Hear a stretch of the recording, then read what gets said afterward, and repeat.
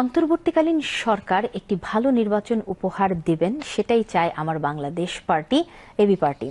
আজ ঢাকায় AB party আয়োজিত সংবিধান ও নির্বাচন কমিশন সংস্কারের রিপোর্ট বিষয়ে প্রতিক্রিয়া জানিয়ে এক সংবাদ সম্মেলনে পার্টির চেয়ারম্যান মুজিবুর রহমান মঞ্জু কথা বলেন। তিনি বলেন, এই সরকারের ম্যান্ডেট নেই, যারা বলছেন তারা ভুল বলছেন।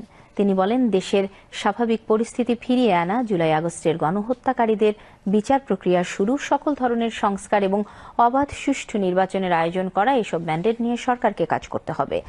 এ সময় এবি পার্টির সাধারণ সম্পাদক ব্যারিস্টার আসাদুজ্জামান ফুয়াদ বলেন, যে কোনো যৌক্তিক তর্ক বাংলাদেশের স্বার্থে হবে তা গ্রহণ করবে এবি পার্টি।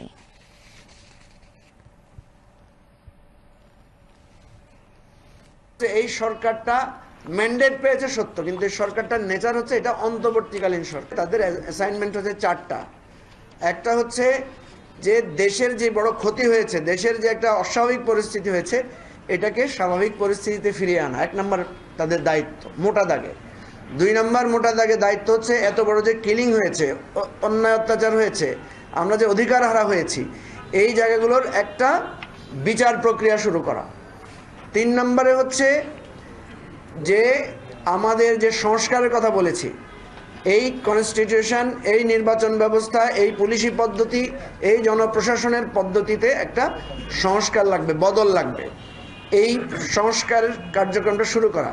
এবং চার নম্বরে হচ্ছে একটা গ্রহণযোগ্য অবাধ সুষ্ঠু নির্বাচন। যতটুকু জায়গায় আমরা একমত হয়েছি, সেগুলো বাস্তবায়ন কি প্রক্রিয়াতে হবে, কোন টাইম ফ্রেমে হবে, সেই প্রক্রিয়া নিয়ে সময় নিয়ে আলোচনা হবে। এবং সেটাকেও আমরা সাধুবাদ জানাচ্ছি যে এটাই একটা গণতান্ত্রিক সম্মতি বেস কাজ করবার যে প্রসেস, সবাইকে নিয়ে এগিয়ে যাবার যে প্রসেস, সেই প্রসেসে এটা চলবে।